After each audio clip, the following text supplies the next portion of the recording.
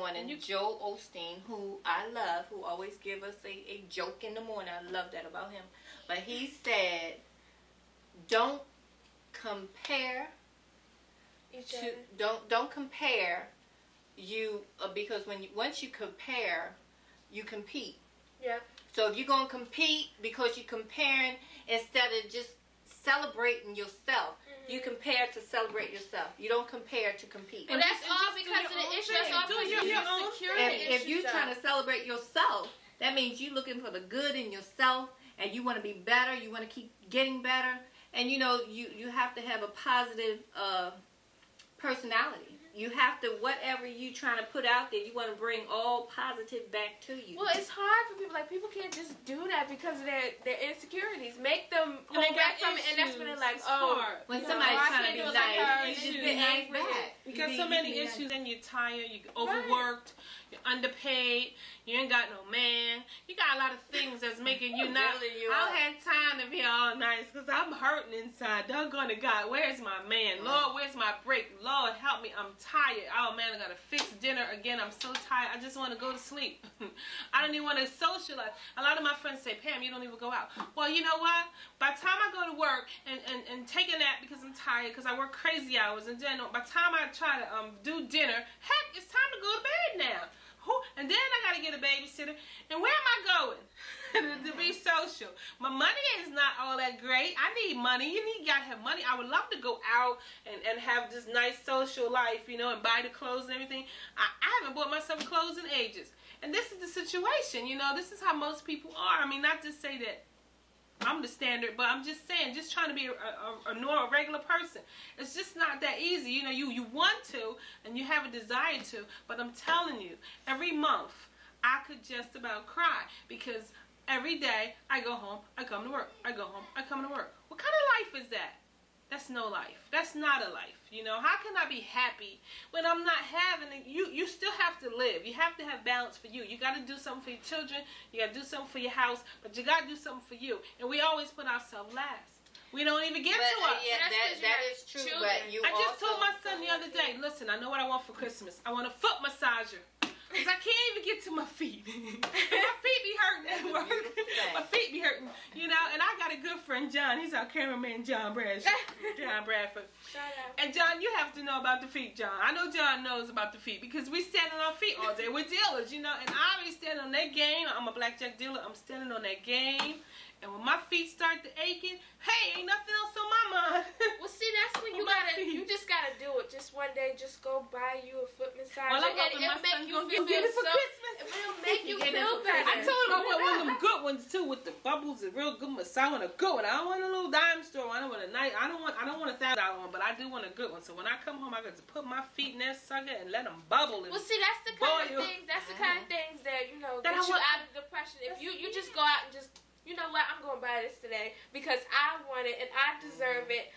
It make you feel better. Maybe maybe it's the problem when you get older, because when you're younger, you can do it. Miss Jasmine.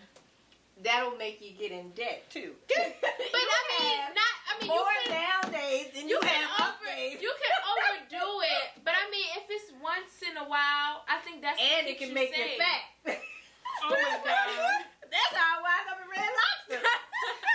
But you was happy though. You was happy in Red Lobster. She was happy. I was unhappy when I realized I was fat. Yeah, because when you gotta go to bed, you gotta take your food. Okay, when you can do without food, but the materialistic things. I like the biscuits, but I did like the butter. I like the biscuits. I don't like the biscuits. I brought them home. I like them biscuits. But those are lasting. But I'm doing Dr. Ian's diet now, so everybody, the 50 million pound weight loss by Dr. Ian. He used to be on that celebrity weight loss show. Well, he has lost already. The diet has launched.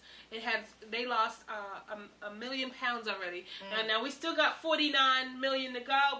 But he's really doing good. And there's a lot of people at my job who's doing it, and it's been working. I started it for like a week. I've been on it for a week. So I haven't weighed myself yet, but I know all I've been eating is fruits and vegetables and salads and and water and vegetables and fruits. And I'm trying to really, and oatmeal, you can eat oatmeal. What kind of meat? What about meat? Well, for the first 9 days, you can't eat no bread, no meat, and all that kind of stuff, because you're really trying to flush out your system and get yourself started for this year. You got to read the book, though, because it's really good. It's really good.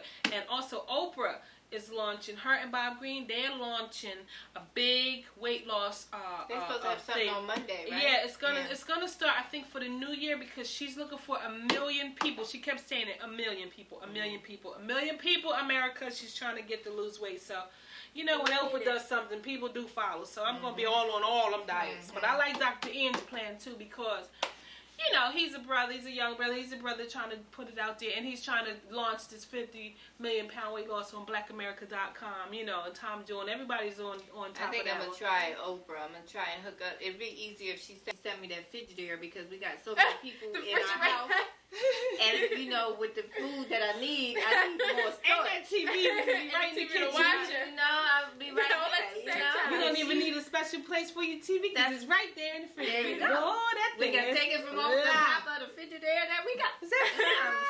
Woo, that thing is beautiful. Over $3,000.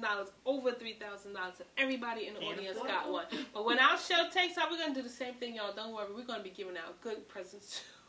As soon as our show takes off, like TV One, yes, TV One. We're looking for them. But okay, let's go on. Let's move on. All right, I got something to tell y'all. This international news and information company in London, they did a study, and it showed that most rich white ladies in the ages between their late 50s and 60s go to Africa just to sleep with the men. They go to Africa for sex? Young men. Yeah. Young, like 23, what? 20. 50-year-old women are going to Africa. White women. But you know what? 50-year-old white women going to Africa for sex. They're getting the kinks out. Are they paying for it? They're rich. Yeah, they paying for sex. That's the only reason why they're doing it, because they paying for sex in Africa. I ain't no player hater. 50% is below the poverty. I can't participate either, but. Yeah, but they better watch out, because it keeps them young. Do they know that it's an AIDS epidemic in Africa? Are they practicing safe sex, or they just want that mandingo thing going on? They just got that mandingo. It's sad though, because they everybody, just the men, the women, the children, it's all for survival. Like, they need that money. So they want that money. So they're studying them. They're like studying the men. That's like back in the slavery time. They studied those men. Yeah, that's how they was comparing it to. Yeah, mandingo. That's what they was comparing it to back in the that's way before your time, mandingo. But did you ever see that movie? Oh, they put him in the pot of water. They boiled that man. They boiled that man for sleeping with that white woman. Because that baby came out white. That baby came out brown. Ooh, they put that man. Oh my God! Because see, what happened was back in the old. Because he slept with the slave master's wife. Well, everybody was. But she was calling him. She was like, "Yo, get him over here, because I need a hookup." Well, remember what happened? Remember, back in the day, the slave masters had their field of the women. Oh yeah. So they had their free field of all the women. And so this one slave master, which many of them did, he sort of fell in love with this black girl. So he was her number one. They called them bed wenches. Right. Wenches. So she was real beautiful too. So she was his number one bed wench. Right. And every time he went on a trip and he came back home, he'd bring jewelry for the wife. He'd bring her the girl. She was the house slave. She'd had earrings on to the necklace that he bought for the wife. Right. She had earrings on because he was loving this black girl. He couldn't get her out of his mind. So because she slept with him, the master slept with that black girl so much every night. Every night, her husband, the white woman's husband, is going to the slave quarters, and he want to be with that woman. He want her to sleep with him every night. So she got angry, and so she went and got her a black man to counter him. She was just mad. So she just said, "Look, bring him. Get me that big black mandingo looking one right there. Get him. Bring him on over. I'ma sleep with him." Well, guess what happened?